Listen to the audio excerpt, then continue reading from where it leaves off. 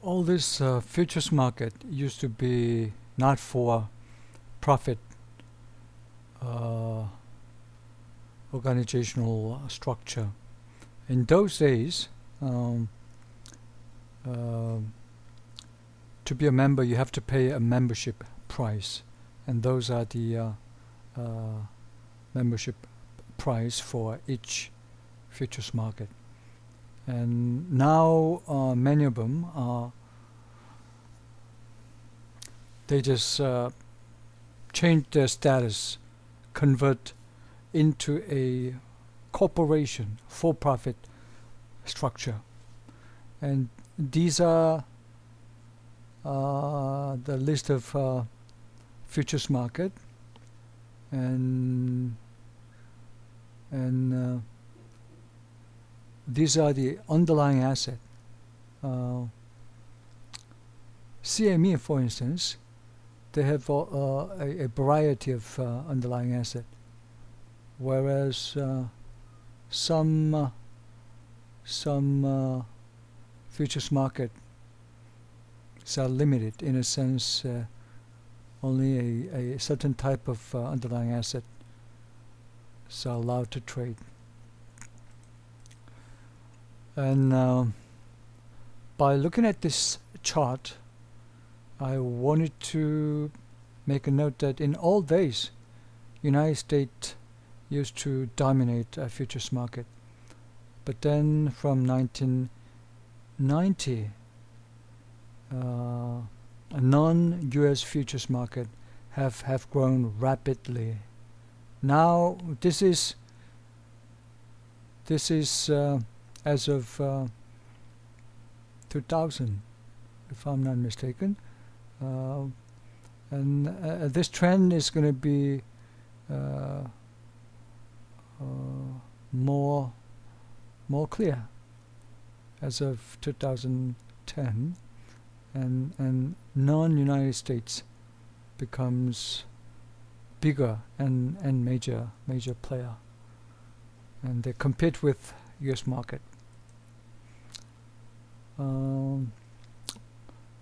And this is data from 2000. In 2000, the biggest futures market used to be Eurex. What was the Eurex? Eurex was Deutsch and Switzerland futures market combined. But then CBOT, CME, and NYMEX, they got combined, and Euronext and NYSE, they got combined. So as of 2010, CME Group becomes the biggest futures market. And with this emergence of a global futures market, futures trading on some good continues almost 24 hours a day.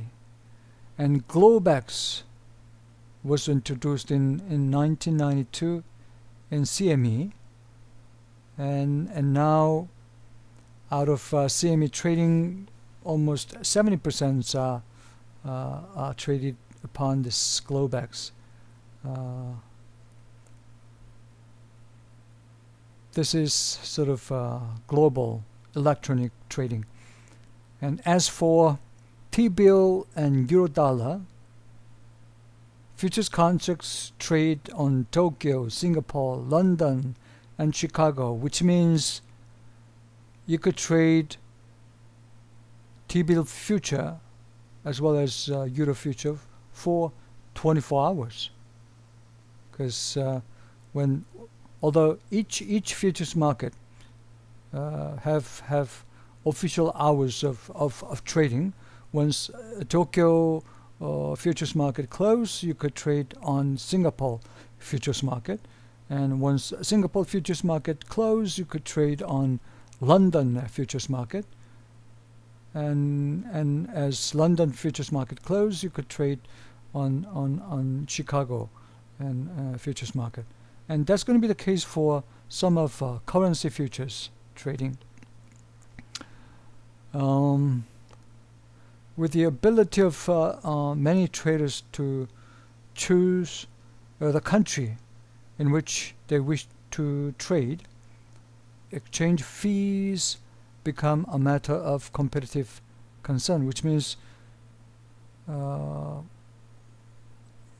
this futures market tend to lower their exchange fee in order to make itself more attractive.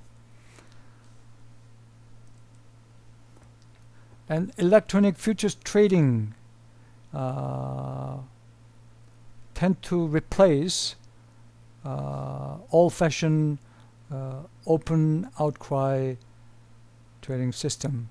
Still, in United States, open outcry trading system exists, but its market share tends to shrink. In 1990, CBOT and CME, they moved toward electronic trading. At the beginning of 2000, electronic trading accounted for more than 25%. And today, the CME Globex trading system is at the heart of CME, and as of 2010, approximately 70% of total volume at the exchange trade electronically on CME Globex.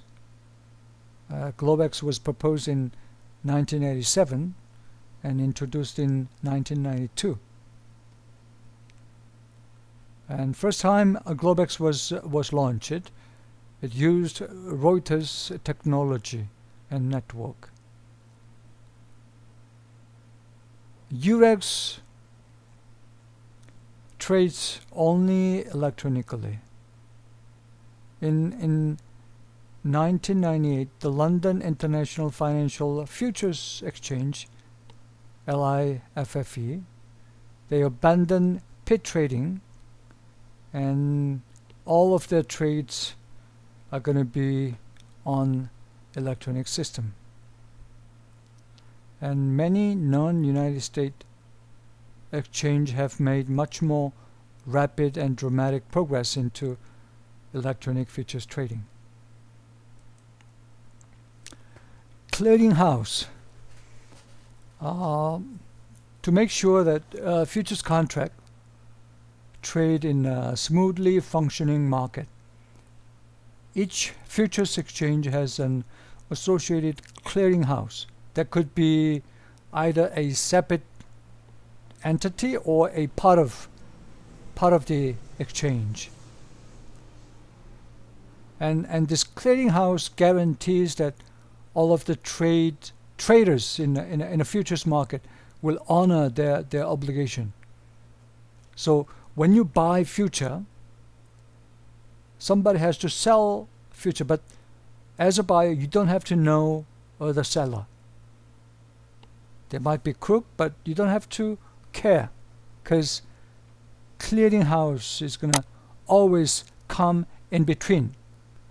So technically, when you buy futures contract, you buy futures contract from clearinghouse. So as a seller, when you sell futures contract, you sell it to clearinghouse. So clearinghouse comes in between. Okay, could be explained in this way or in this way. So clearinghouse comes in between. And because of this clearinghouse, and two trading parties do not need to trust each other. Buyer doesn't have to trust seller, and vice versa, and or even know each other's identity. And more careful examination and on this graph show that clearinghouse will perform as promised. In total, clearinghouse has no independent position in contract. It is obligated to receive. I'm going to have to